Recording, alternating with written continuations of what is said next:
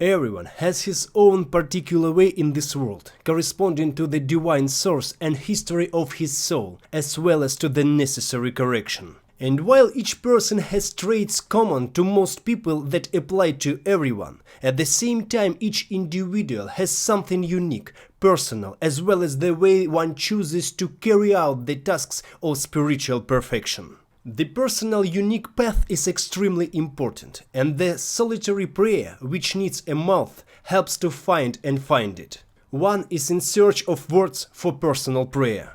Its uniqueness is underlined by the fact that even for one and the same person prayer can be different and vary from day to day and hour to hour, depending on what happens to him and in accordance with the hints sent to him by Holy Spirit.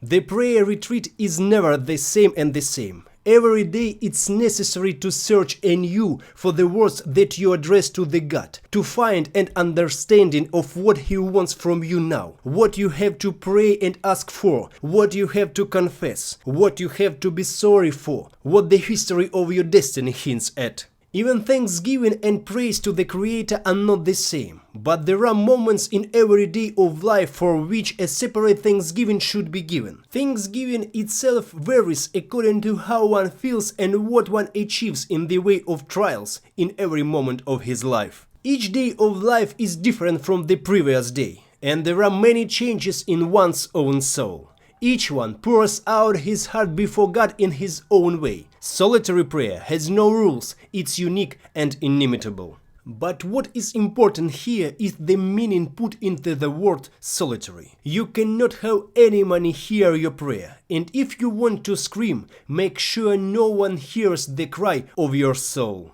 If the cry bursts from your heart, but there are people around you, shout in a whisper or shout in the depths of your heart. When a cry in your heart happens, and in such case even a person who is in a crowd of other people, unnoticed by others, can cry out to the God with all the power of worldless plea. Yours must remain completely private, and no one must be a witness to your conversation with God.